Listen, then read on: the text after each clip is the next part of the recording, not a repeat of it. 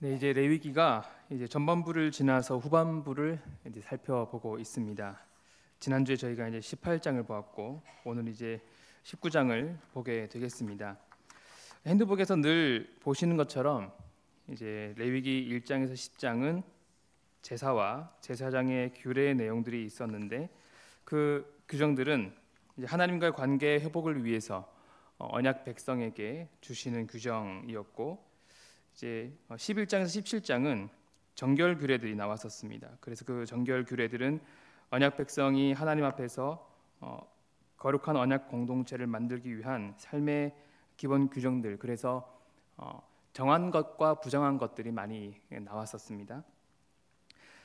그래서 이제 후반부인 18장에서 27장은 일상생활에서의 성결법이 나오게 되는데, 다른 말로는 이제 거룩법이라고도 하고요. 그렇게 하는데, 일상생활에서 거룩하기 위한, 우리가 일상생활에서 어떻게 거룩할 수 있겠는가, 거룩함을 유지하고 혹은 거룩함을 세워갈 수 있겠는가, 그런 것들을 가르쳐 주시는 그런 법을 주십니다. 특별히 이제 18장에서 20장은 한 단락으로 묶을 수 있는 그런 거룩법을 말씀하고 있는데, 그 중에 오늘 읽은 이제 19장이 그 가운데 중심이고, 이 19장에는 언약 공동체가 이제 그 핸드북에 나와 있는 부분을 제가 읽겠습니다. 언약 공동체가 도덕적 차원에서 그들의 거룩성을 이루기 위해 실천해야 할 것과 금지해야 할 것을 제시하고 있습니다. 그래서 19장에서는 언약 공동체가 도덕적 차원에서 그들의 거룩을 이루기 위해서 실천해야 할 것이 무엇인가, 금지해야 할 것이 무엇인가, 그런 것들을 제시해 주고 계시고, 그래서 전통적으로 이 랍비들은, 유대인 랍비들은 이 레위기 19장이 율법의 기본 가르침이다, 그런 것들을 다 담고 있다, 그렇게 여겼었고, 십계명을 반영하고 있다, 그렇게 생각을 했습니다. 그래서 이제 19장을 우리 읽으시면서, 오늘 읽으시면서 혹시 조금 그런 느낌을 받으셨는지 모르겠는데, 저희가 오늘 읽은 11절에서 18절 내용 안에 십계명과 관련된 내용들이 많이 있습니다. 그래서 먼저 우리 19장의 구조를 한번 잠시 보겠습니다. 제가 표로 올려드렸는데요, 좀 복잡해 보이시죠? 글자도 작으시고, 네, 글자는 작죠. 작으신 게 아니고, 네, 글자도 작고 그러시죠. 네, 이 19장은 전체적으로 2절, 2절, 3절씩 그렇게 각각 다른 명령들을 계속해서 말씀하고 있습니다. 그래서 내용이 10개가 넘게 나눠봐도 10개가 넘게 내용이 나와가지고, 그래서 구조를 적다 보니까 너무 많아서 이게 표로 정리하게 되었습니다. 그래서 각 구절마다 일상에서 지켜야 할 다양한 거룩법들이 나오는데, 그 중에 이제 하나씩 살펴보도록 하겠습니다. 1절에서 2절은 19장 전체의 서론에 해당하는 내용입니다. 우리 오늘 읽으신 2절을 같이 한번 읽어보겠습니다. 2절 말씀입니다. 같이 한번 읽어보겠습니다. 시작. 너는 이스라엘 자손의 온 회중에게 말하여 이르라. 너희는 거룩하라. 이는 나 여호와 너희 하나님이 거룩함이니라. 아멘. 너희는 거룩하라는 이 19장 전체의 주제를 말씀하고 있습니다. 2절 끝부분에 나오는 나 여호와 너희 하나님이라는 이 표현, 나는 너희의 하나님 여호와이니라 라는 이 말씀은 이 19장 전체에서 반복해서 사용하고 있습니다. 그래서 거룩하신 하나님이 바로 너희의 하나님 여호와이시니 너희도 거룩한 삶을 살 것을 매우 강조하고 있다라는 겁니다. 그래서 우리 핸드북에 이제 서론 1번 너희는 거룩하라 밑에 동그라미 1번이 있죠. 거기 바로 밑에 화살표 되어 있는 부분에 보시면 19장에서 반복해서 사용한 거룩한 삶을 살 것을 매우 강조하고 있다, 그렇게 적으시면 되겠습니다. 그래서 하나님이 거룩하시기에 너희가 거룩한 삶을 살 것을 강조하시는데, 너희 개인뿐만 아니라 이스라엘 온 회중에게 이 지금 규정을 말씀하고 계시죠. 그래서 이스라엘 온 회중, 그러니까 공동체가 또한 거룩해야 함을 말씀하고 있습니다. 그리고 앞서 말씀드린 것처럼 레위기 19장은 10계명과 직접적으로 관련들이 있습니다. 그래서 구조표를 잠시 보시면, 이제 제가 올려드린 구조표를 잠시 보시면 3절, 4절 부분에 보면 부모 공경 나오죠. 부모 공경은 10계명의 몇 계명일까요? 내 부모를 공경하라. 5계명이죠. 네, 맞습니다. 5계명, 내 부모를 공경하라. 그러면 그 옆에 나오는 안식일은 몇 계명일까요? 안식일은, 네, 힌트 1, 2, 3, 4 중에 있습니다. 네, 몇 계명일까요? 네, 제 4계명. 네, 제 4계명. 네, 안식일을 거룩하게 지키라라는 그 계명과 관련된 말씀입니다. 그다음 우상 금지는 뭘까요? 우상 금지, 우상을 섬기지 마라. 이것은 1계명, 2계명. 나 외에 다른 신을 두지 말라. 너를 위해 새긴 우상을 만들지 말고 거기 절하지 말고 섬기지 말라. 그런 계명과 관련되어 있습니다. 그럼 그 밑에는 11절, 12절. 도둑질은 몇 계명일까요? 네, 8계명입니다. 네, 계속 여쭤봐서 죄송합니다. 네, 도둑질은 8계명. 도둑질을 하지 말라. 거짓 맹세는 9계명입니다. 거짓 증거하지 말라. 그래서 이런 식으로 19장의 내용 중에 10계명과 모두 연관되어 나오면서 거룩한 삶을 살 것을 말씀하고 있습니다. 여러분, 이 19장이 말하는 거룩의 의미가 뭘까요? 우리 핸드북에 있는데 밑에 당구장 표시가 되어 있죠. 거룩의 의미.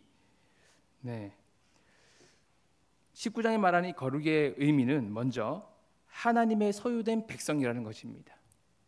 우리가 거룩한 삶을 살아야 한다는 것은 하나님의 소유된 백성으로서 살아야 한다는 것입니다. 그래서 세상과 구별된 존재라는 또 의미가 있고, 그래서 그 삶이 하나님을 닮아가는 삶을 살아야 한다. 그래서 하나님의 성품을 반영하는 그런 삶이 되어야 한다라는 의미를 가지고 있습니다. 그것이 바로 이 19장이 말하는 너희가 살아야 하는 거룩한 삶이다라는 것입니다. 그 다음 이제 3절, 4절 가면 이제 부모 공경에 대한 내용, 안식일과 우상 금지에 대한 내용이 나오는데, 3절, 4절을 다시 한번 읽어보시겠습니다. 3절, 우리 읽은 19장 3절, 4절 같이 읽어보겠습니다. 시작. 너희 각 사람은 부모를 경외하고 나의 안식일을 지키라. 나는 너희의 하나님 여호와이니라. 너희는 헛된 것들에게로 향하지 말며 너희를 위하여 신상들을 부어 만들지 말라. 나는 너희의 하나님 여호와이니라. 아멘. 부모를 공경하라는 10계명에서 아까 5계명이었죠. 네. 이웃사랑의 계명 중에서 제일 첫 번째 나오는 계명입니다. 그리고 우상에게 향하지 말고 우상을 만들지 말고 안식일을 지키는 것, 그것은 바로 하나님 사랑의 계명. 1계명부터 4계명 가운데 하나님의 이름을 망령되이 일컫지 말라고 하는 3계명만 빼고 나머지가 다 나오고 있는 것입니다. 그래서 이 4절에 헛된 것들에게로 향하지 말며라는 이 말씀은 헛된 우상들을 믿고 신뢰하거나 자신의 마음과 삶의 방향을 그것에 맞추어서 살지 말라, 그런 뜻을 가지고 있습니다. 그래서 10계명의 1계명과 2계명을 반영하는 그런 말씀이지요. 그래서 이 3절에서 4절 말씀은 이제 하나님 사랑과 이웃 사랑의 대표 계명을 먼저 이렇게 말씀하시면서 그렇게 시작이 되고 있습니다. 우리 핸드북에 보시면 2번 부모 공경 안식일 우상 금지 밑에 동그라미 1번 거기에 보면 하나님 사랑과 이웃 사랑의 대표 계명이다, 이렇게 적으시면 되겠습니다. 그래서 이 대표 계명들에 대한 명령을 거룩한 삶의 여러 명령들을 제시하는, 이제 앞으로 쭉 4절 이후로 5절, 6절 계속 나올 텐데 그 명령들을 제시하는 첫걸음으로 말씀하고 있습니다. 하나님 사랑과 이웃 사랑이 레위기 19장 전체를 아우르는 정신이기도 한데, 그래서 우상을 금지하고 안식일을 지키라는 명령을 이 초반부에 주시는 이유는 하나님을 사랑하고 이웃을 사랑하고 그리고 앞으로 계속 나오는 그 일상생활에서 거룩한 삶을 살아가야 하는 그 모든 법들을 지키기 위해서는 하나님 앞에서 하나님을 온전히 섬기는, 하나님께만 드리는 그 예배 중심의 삶을 살 수 있을 때 이러한 윤리와 도덕적 삶의 실천이 가능하기 때문에 지금 이 법을 말씀해 주시는, 거룩법을 말씀해 주시는 초반부에 먼저 이 우상을 금지하고 안식일을 지키라는 말씀을 먼저 주고 계시는 겁니다. 여러분, 하나님을 바르게 예배하는 것이 되지 않으면, 하나님의 백성으로서의 나머지 모든 삶의 실천이 될 수가 없습니다. 하나님을 경외하는 사람, 하나님을 온전히 예배할 수 있는 사람, 그 사람이 바로 자신의 삶 가운데에서 우리가 이루어야 할 거룩의 모든 삶의 실천들을 해나갈 수가 있다는 것입니다. 이어서 5절에서 8절을 보시면 화목제에 대한 명령이 또 나옵니다. 특별히 화목제 제물을 먹는 그 기간에 대해서 강조하고 있는데, 이 화목제물은 제사를 드린 날과 그 다음 날까지만 먹을 수 있었습니다. 이틀 동안만 먹을 수 있는 거죠. 그래서 화목제물을 이틀 안에 다 먹으려면 많은 사람들이 함께 먹어야 가능했습니다. 왜 그럴까요? 왜냐하면 화목제물은 소나 양, 염소 한 마리를 전체를 드리는 것인데 그 한 마리 전체를 먹을 수 있게 주셨기 때문입니다. 근데 여러분, 어떤 사람이 감사하다고 기쁘다고 하나님께 화목제물을 소 한 마리를 드렸습니다. 근데 그 사람이 혼자 그 소 한 마리 다 먹을 수 있을까요? 네, 며칠을 먹어야겠습니까? 그렇게 하려면. 네, 그렇게 할 수가 없다는 것입니다. 하나님이 이틀 동안만 먹으라 그랬는데 이틀 만에 소 한 마리 어떻게 먹겠습니까? 그래서 하나님은 그 화목제물로 바친 제물을 많은 사람들과 나누어 먹어라, 함께 먹어라, 그렇게 말씀하신 것입니다. 많은 사람들이 함께 먹어야, 그래야 그 화목제물, 그 바친 제물 한 마리를 이틀 안에 다 먹을 수 있었습니다.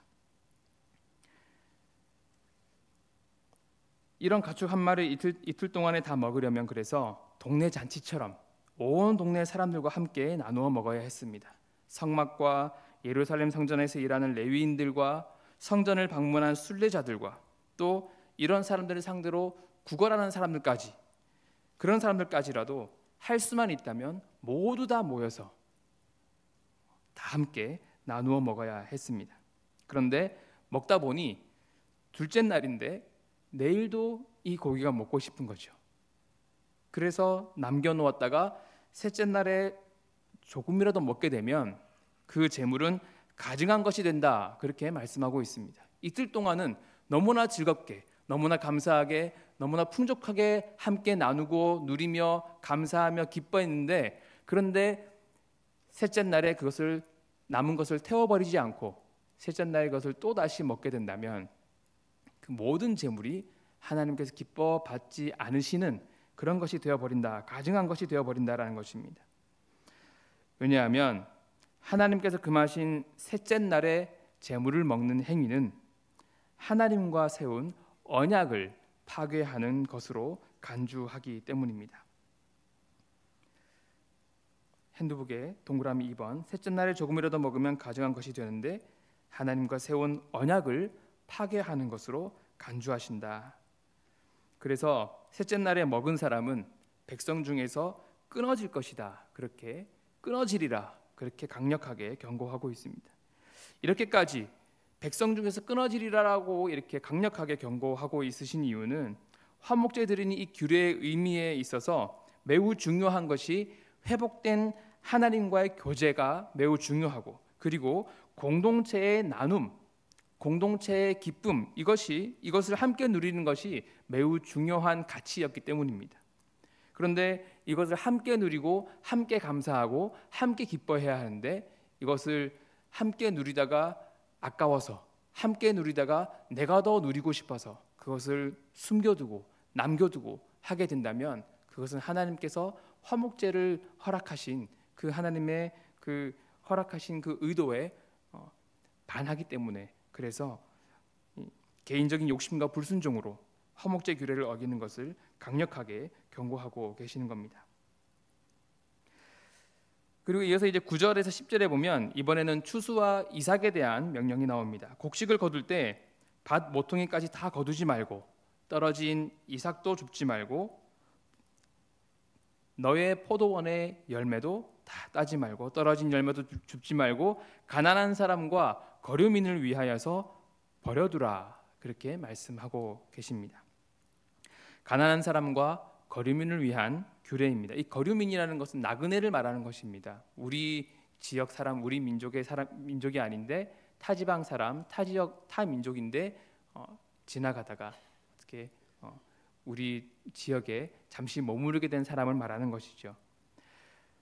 그런 거류민을 위한 규례인데 생활이 어려운 사람들을 위한 경제적인 사랑을 행하라라는 명령을 주고 계시는 것입니다. 이 경제적 사랑을 실천하는 것을 통해서 그 사람의 무엇이 드러날까요? 그 사람의 거룩이 드러나는 것입니다. 경제적 사랑의 실천으로 그 사람의 거룩이 드러난다. 이런 실천을 요구하시는 이유는 너희들도, 이스라엘 백성 너희들도 애굽에서 가난한 노예였고 너희들도 그곳에서 거류민이었는데 그런 너희들을 하나님이 사랑하셨고 그런 너희들에게 하나님께서 구속의 은총을 베푸셨다라는 것입니다. 그래서 그것을 기억하라는 것이죠. 그것을 기억하면서 너희들도 너희 가운데 있는 가난한 이들에게, 너희 가운데 있는 거류민들에게 사랑으로 그들과 나누고 그들에게 그 사랑을 베풀 수 있어야 한다. 그들을 그렇게 배려하라라는 말씀을 주고 계시는 것입니다.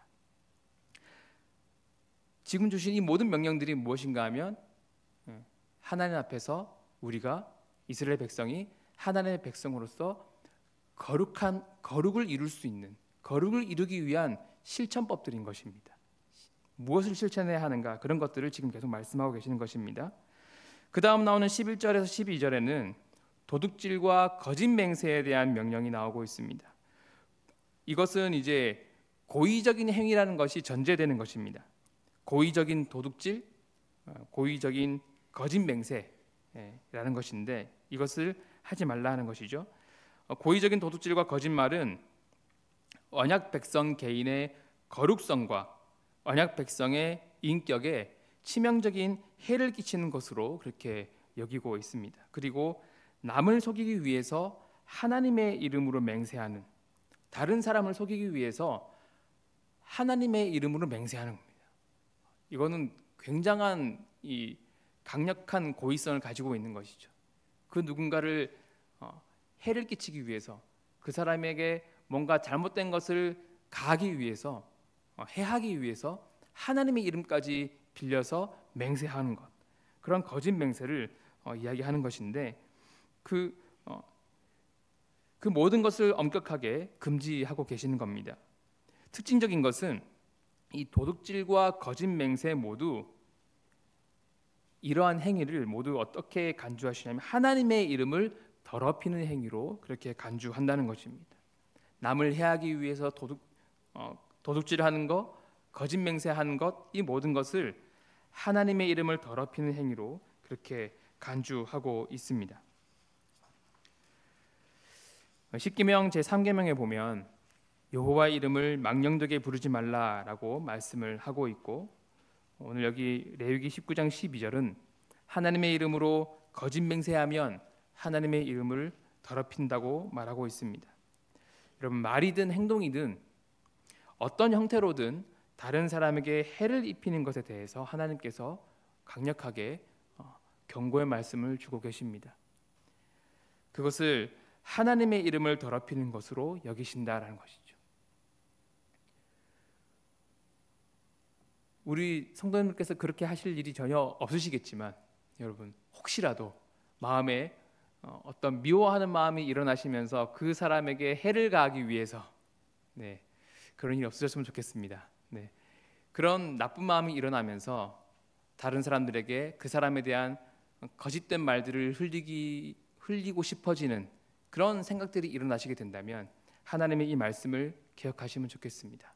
그러한 행위에 대해서 하나님은 하나님의 이름을 더럽히는 행위로 그렇게 여기신다라는 겁니다.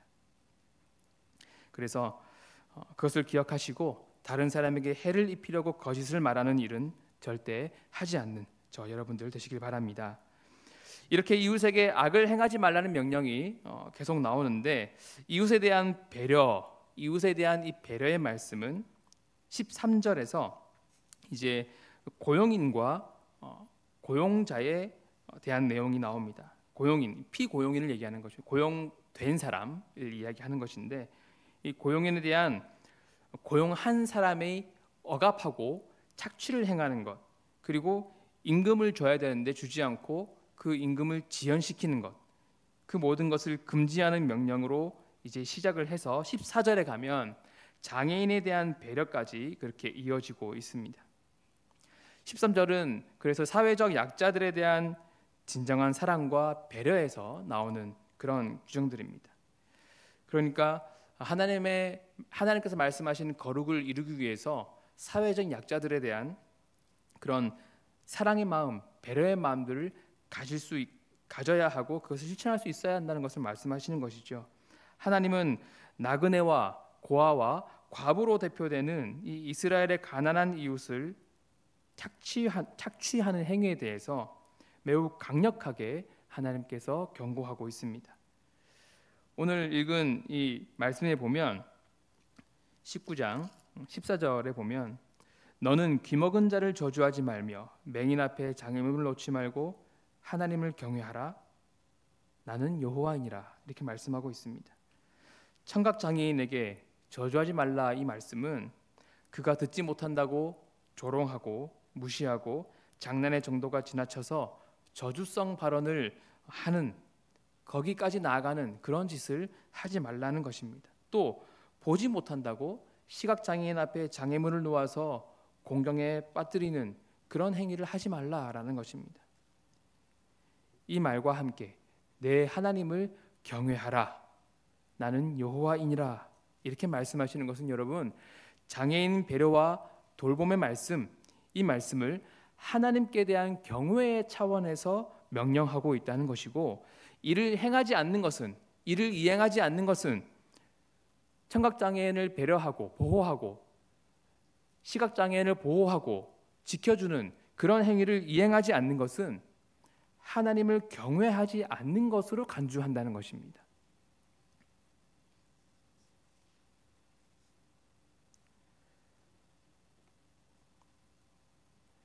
그래서 여러분 저희 교회는 참 우리 장애우 성도님들을 많이 섬기고 있고 또 잘 그분들을 위해서 예배에 도움을 많이 드리고 있는데 근데 여러분 하나님께서 이런 사회적 약자들에 대한 그런 사랑을 실천할 것을 배려를 실천할 것을 이렇게 분명하게 말씀하고 계십니다. 그래서 저희들도 하나님 주신 말씀을 따라 말씀에 순종하며 그렇게 우리 앞에 있는 그런 약한 분들을 잘 배려하고 보호하고 또 지켜줄 수 있어야 할 것입니다. 그리고 이제 15절에 가면 재판에 대한 명령도 주십니다. 15절에서 18절은 이웃을 사랑하는 범위를 확대시켜서 이제 정의롭고 공의로운 사회를 이루기 위해서 4가지를 실천해야 한다. 그런 말씀을 주고 있습니다. 첫째는 이제 핸드부에 보시면 7번 정의로운 사회를 이루기 위한 실천사항 이제 아래에 반괄호 1, 2, 3, 4가 그 실천사항 4가지인데 첫째는 공의롭고 정의롭게 재판하라는 것입니다. 가난한 이웃을 배려하고 도와야 하지 않습니까? 그런데 재판에서는 항상 공정해야 함을 말씀하고 있습니다. 뇌물을 받고 판결을 왜곡해서도 안 되고 가난한 사람, 약한 사람을 동정하는 마음이 일어난다고 해서 그들을 위한다는 마음 때문에 진실에 대한 눈을 감아서도 안 된다. 또한 권력자의 입맛에 맞추기 위해서 정의롭지 못한 판결을 내려서도 안 된다라는 것을 말하고 있는 것입니다. 재판에서는 항상 공의롭고 정의로운 판결을 내려야 한다고 말씀하고 있습니다. 그리고 둘째는 백성 중에 돌아다니면서 중상모략하지 말라는 것입니다. 이웃을 해치기 위해서 비방하는 행위, 아까 거짓 맹세하고 그것과 이제 연결되는 그런 말씀이라고 할 수 있겠는데 더 나아가서 이웃을 죽음에 이르게 할 목적으로 만나는 모든 사람들에게 그 사람에 대한 거짓말을 퍼뜨려서 죄인으로 몰아가는 행위, 그런 모든 행위들을 의미하는 것인데 이러한 일들을 하지 말라라고 말씀하고 있습니다. 그리고 또 말씀하시죠. 나는 여호와이니라. 그렇게 악에 대해서, 악을 행하는 것에 대해서 강력하게 경고하고 있습니다. 셋째는 문제가 있는 이웃을 반드시 견책하라, 그렇게 말씀합니다. 견책이라는 것은 여러분 잘못에 대해서 꾸짖는다는 것입니다. 그런데 견책하는 이유는 이웃이 범죄하게 되면 그 범죄로 인해서 어떤 사람이 생길까요? 그 범죄에 피해를 입는 사람이 생기겠죠. 희생자가 생기는 것입니다. 그래서 견책하는 이유는 이웃이 범죄하여서 희생자가 생겨나는 것을 방지하고, 또한 그 범죄하는 이웃, 견책을 받아야 하는 그 이웃이 더 이상 죄악에 빠져들지 않도록 방지하기 위함입니다. 죄로 인해서 피해를 보는 희생자도 방지하고 그 사람 본인이 죄에 빠지는 것을 방지하기 위해서 견책을 해야 한다는 것입니다. 그런데 여러분, 견책은 꾸짖는 말이니까 듣는 사람에게 듣기 좋은 말은 아닐 겁니다. 그죠? 그래서 견책을 하기 위해서는 용기가 필요합니다. 반응이 좋지 않기 때문입니다. 그렇다고 견책받아야 할 사람이 그 사람이 행사할 것으로 예상되는 그런 무례함 혹은 그 사람이 위협을 가할 것을 두려워하여서 외면해 버리게 되면 악인을 견책할 수 있는 사람은 아무도 없을 것입니다. 더구나 17절에 보면 견책을 하지 않으면 그 사람은 죄를 당할 것이다, 그렇게 말씀하고 있습니다. 그래서 우리가 견책을 해야 하는데 중요한 것이 있습니다. 그것은 견책할 때에 마음으로 미워해서는 안 된다라고 말씀하고 있습니다. 미워해서는 안 된다는 것은 무슨 말씀이겠습니까? 그를 사랑하는 마음으로 견책의 말을 해야 한다라는 겁니다. 미운 마음으로 하는 견책은 화를 불러오지만 사랑으로 하는 견책은 그 사람을 돌이켜 세울 수 있을 것입니다. 넷째는 이웃을 사랑하라고 말씀합니다. 우리 오늘 읽은 본문의 18절 말씀, 우리 18절 말씀을 다시 한번 읽어보겠습니다. 시작. 원수를 갚지 말며 동포를 원망하지 말며 내 이웃 사랑하기를 내 자신과 같이 사랑하라. 나는 여호와이니라. 아멘. 네, 그래서 우리 반괄호 4번 이웃을 사랑하라 옆에 정의로운 사회를 만들기 위한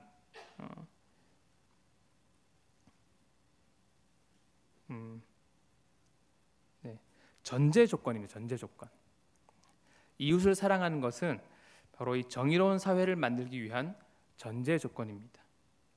공의로운 재판, 이웃에 대한 거짓을 퍼뜨리지 않는 것, 잘못을 견책하는 것, 모두 이웃을 사랑하는 마음이 전제된 상태에서 행해야 한다는 것입니다. 모든 세상 사람들이 원하는 그런 정의롭고 공의로운 세상, 그런 세상은 여러분 이웃을 나 자신과 같이 사랑할 때 가능한 일입니다.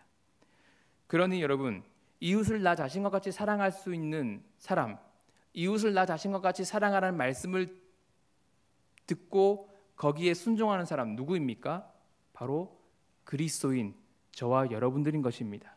그래서 여러분, 이 세상을 모든 사람들이 원하는 그런 정의로운 세상, 공의로운 세상으로 만들어갈 수 있는 사람은 이웃을 나 자신과 같이 사랑할 수 있는 사람, 바로 그리스도인들, 우리가 이루어가야 하는 것입니다.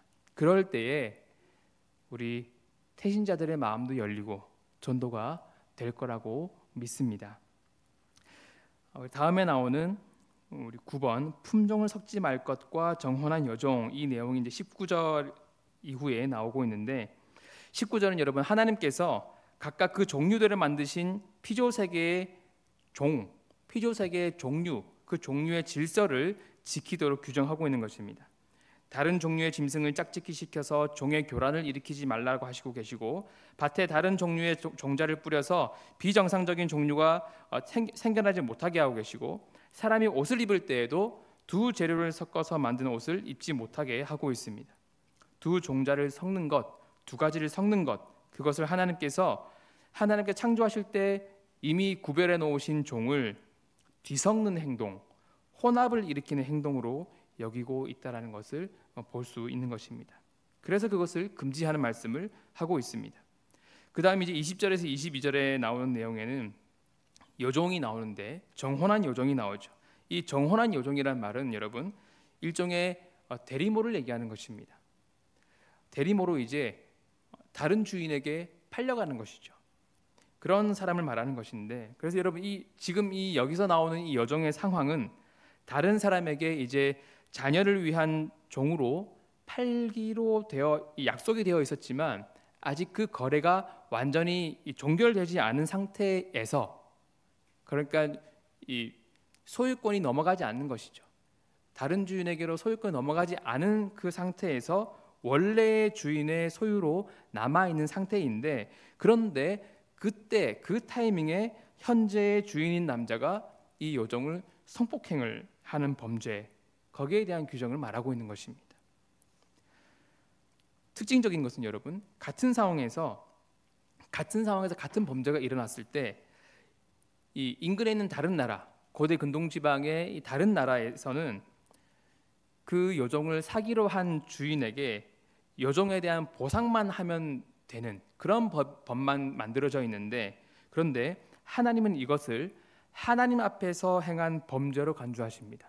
그래서 이 죄에 대해서 속건제를 드려야 한다, 그렇게 규정하고 계시죠. 속건제를 드려야 하는 죄라고 강조하고 있다는 것입니다. 그러니까 이 죄를 그냥 사람에게 행한 죄가 아니라 경제적인 돈과 관련된 부분에서 보상만 하면 되는 그런 죄가 아니라 하나님 앞에 행한 죄이다, 그렇게 규정하고 있다는 것입니다. 이어서 하나님은 과일나무의 열매에 대한 그런 거룩법도 말씀하고 있는데 23절에서 25절에 나오는 것입니다. 심은 지 3년 이내에 생기는 나무의 열매는 할례받지 못한 것으로 여기라. 가까이 하지 말라는 것입니다. 손도대지 말라는 것이죠. 그리고 4년째에 생기는 열매는 거룩하게 여기고 하나님께 여호와께 드리라, 그렇게 말씀합니다. 그리고 이제 5년째에 생기는 열매부터 드디어 먹으라, 그렇게 말씀하시는데, 이것을 지키면 하나님께서 너희의 소산을 풍성하게 하시리라, 그렇게 약속하고 있습니다. 실제로 여러분 나무의 열매가 먹을 만한 열매로 풍성하게 열리기 시작하는 시기에 몇 년이 걸리는다는 내용이 있습니다. 그런데 그런 것도 있겠지만 이 말씀의 이 규정의 핵심은 순종하라는 것입니다. 하나님께서 규정해 주신 법에 대해서 순종하라는 것입니다. 그럴 때 말씀에 순종할 때 복이 임할 줄 믿습니다. 우리 이어서 나오는 26절에서 28절에는 사수를 행하지 말 것에 대해서 말씀하는데, 쉽게 말하면 이것은 여러분 거짓 종교 의식을 말하는 것인데 이것을 금지하는 규정을 말씀하고 있습니다. 26절에 보면 피를 먹지 못하게 하고 있습니다. 근데 피째 먹지 말라고 하고 있는데, 이것은 우리가 앞서 많은 제사 규정, 제물에 대한 규정에서 피를 먹지 말라는 말씀 많이 들었지 않습니까? 그런데 여기서 나오는 말은 일반적인 그 피를 먹는 것을 금지하는 그런 규정이 아니고 고대 메소포타미아의 어떤 종교적인 행위와 관련되어 있습니다. 이 사람들은 피를 먹고 점을 치는 행위를 했습니다. 그러한 행위를 지금 말하고 있는 것입니다.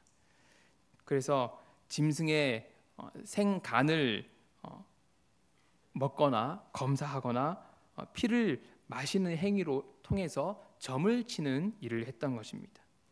애국과 근동 지역 유목민들 중에서는 이 피를 영혼으로 생각하고 피를 마심으로써 사람이 동물의 세계와 연결될 수 있다고 믿었다고 합니다. 그래서 이러한 행위들을 통해서 점을 칠 수 있다, 그렇게 생각했다고 합니다. 그러니까 이런 이방 민족의 점치는 행위, 그런 것들을 따라하지 말라, 그렇게 말씀하고 있습니다. 27절에 나오는 머리와 수염에 대한 내용, 우리가 오늘 읽지 않아서 내용을 이렇게 읽어보지 못했지만 27절에는 머리와 수염에 대한 내용이 나오고요, 28절에 나오는 문신에 대한 내용도 있습니다. 이것도 모두 종교의식과 관련된 것입니다. 머리와 수염의 가장자리 부분을 둥글게 깎거나 손상시키는 것, 이런 것은 우상에게 자신을 바치는 그런 의미로 하는 행위였다고 합니다. 그리고 죽은 자를 애도하면서 자신의 몸에 상처를 내는 것, 혹은 추모하면서 문신을 하는 것, 이것은 그 대상에 대한 존경과 헌신을 표시하는 이방 민족의 전통이었습니다. 특히 문신은 자신이 누군가의 종이라는 것을 표시하는 것이었습니다. 그러니 여러분, 누군가의 종이라는 것을 표시할 때 자신이 존경하는 어떤 사람의 종이라는 것을 표시할 수도 있겠지만 자기가 섬기는 우상의 종이라는 것을 표시하는 행위도 되겠지요. 그래서 하나님께서 이러한 문신을 하는 것도 금지하고 있는 것입니다. 그런데 여러분, 이스라엘 백성은 기억해야 할 것은 이스라엘 백성은 하나님의 구원받은 자유인이고 하나님께서 자유하게 하신 백성들이라는 것입니다. 하나님의 형상으로 지음받은 사람들이고 가장 중요한 것, 누구의 소유된 백성입니까? 하나님의 소유된 백성입니다. 이 이스라엘 백성은 다른 어떤 존재의 종이 되고 다른 어떤 존재의 소유라고 그렇게 스스로 자처해야 할 만한 그런 사람들이 아니라는 것이, 이 사람들은 하나님의 소유임을, 자신들이 하나님의 소유된 백성이라는 것을 기억하고 살아가야 했습니다. 그렇기 때문에 몸에 문신을 새겨서 스스로 다른 대상의 종이라고 표시하는 것을 하나님은 금지하고 계시는 겁니다. 이것을 통해서 너희의 거룩을 이루어야 한다 말씀하고 있습니다. 29절에는 음행을 멈추라는 말씀을 하고 있습니다. 고대 사회에서는 종종 부모가 자신의 딸을 신전에, 우상 신전에 창녀로 바치곤 했다고 합니다. 근데 이 29절은 이러한 창녀 제도에 대해서 분명하게 금지시키고 있는데, 딸을 그렇게 만드는 것은 딸을 더럽히는 행위고 더 나아가서 그 땅 전체를 음란하게 만드는 것이고 그 땅을 죄악으로 가득하게 만드는 것이다, 그렇게 말씀하고 있습니다.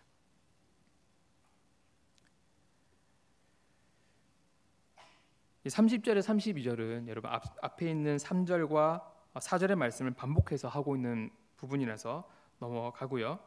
33절은 18절 말씀의 확장의 개념으로 하시는 말씀입니다.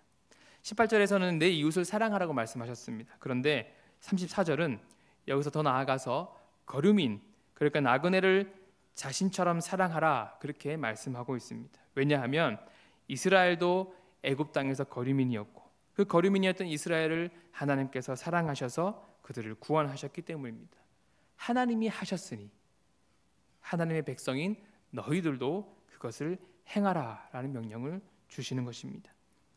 35절에 36절은 정의로운 경제 행위, 공정한 상거래에 대한 규정을 말씀하고 있습니다.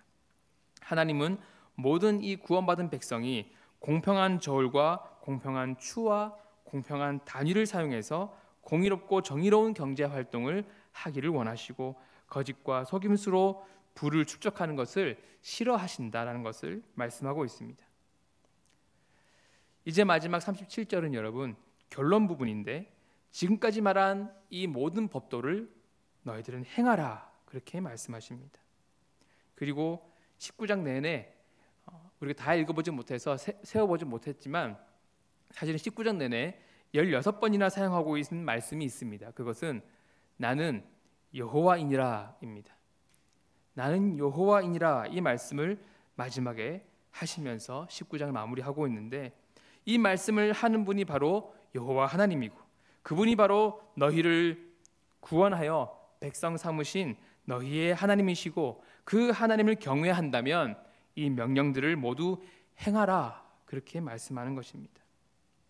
그래서 여러분이 오늘 말씀을 마무리하면서 이 레위기 19장과 성도의 거룩한 삶에 대해서 마무리하고 말씀을 마치겠습니다.